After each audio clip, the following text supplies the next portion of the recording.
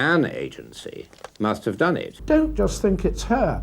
The Prince of Wales is bugged, so is the Queen, so is Prince Andrew, Fergie, the whole lot. It's important that the Home Secretary, on the record of the House of Commons, says whether there's any evidence linking anybody to the illegal tapping of conversations of the royal family or other people. As claim and counter-claim echoed around London about the so-called royal bugging, the Princess of Wales was on official duties in Cornwall today. It's alleged a recording was made of a row between her and the Prince of Wales at their country home Highgrove last November, only weeks before the announcement of their official separation. But Buckingham Palace tonight took the rare step of checking the royal diaries. They say the royal couple and their children were at no stage together at Highgrove during that period. And the Home Secretary, surrounded by journalists all day, repeatedly rebutted allegations MI5 were involved. No one has produced the slightest serious shred of evidence to support the repeated claim MI5 or any part of the security services are in favour of it. The transcripts published of the alleged royal row include sometimes heated exchanges about the future of Prince Harry and Prince William. And they've alarmed MPs. We don't know whether these allegations are true or not, but I think it's important that the Home Secretary, on the record of the House of Commons, denies that there is any involvement of the security services, says whether there are any transcripts in the possession of the security services, and indeed whether there's any evidence linking anybody to the illegal tapping of conversations of the royal family or other people. An agency must have done it, and I would have thought it was incumbent upon government to satisfy itself exactly who did it, because there are elements of very direct and immediate security of members of the royal family, apart from anything else.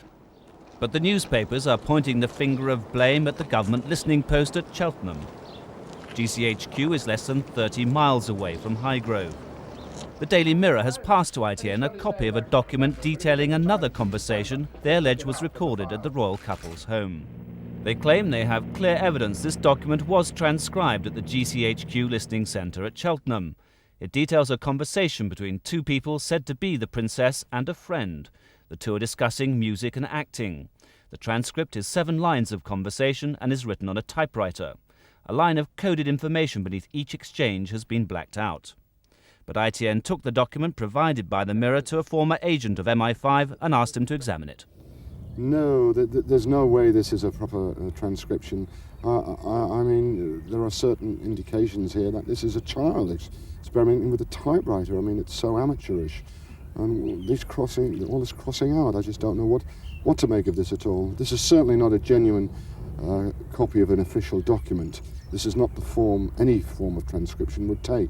I think we should be looking for a renegade or a private practitioner in the security fraternity. There are hundreds of these calls that are there. I don't have my hands on them. I can possibly get hold of others, but there are rooms full of conversations which are on a pile which is known as the DI, discarded information pile.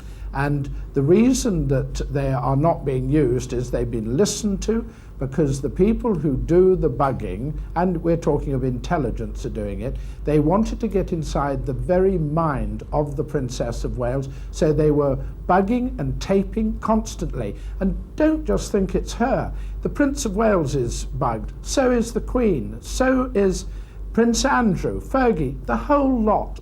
The scene is now set for a major circulation war between the tabloid newspapers, each one promising fresh revelations and higher sales.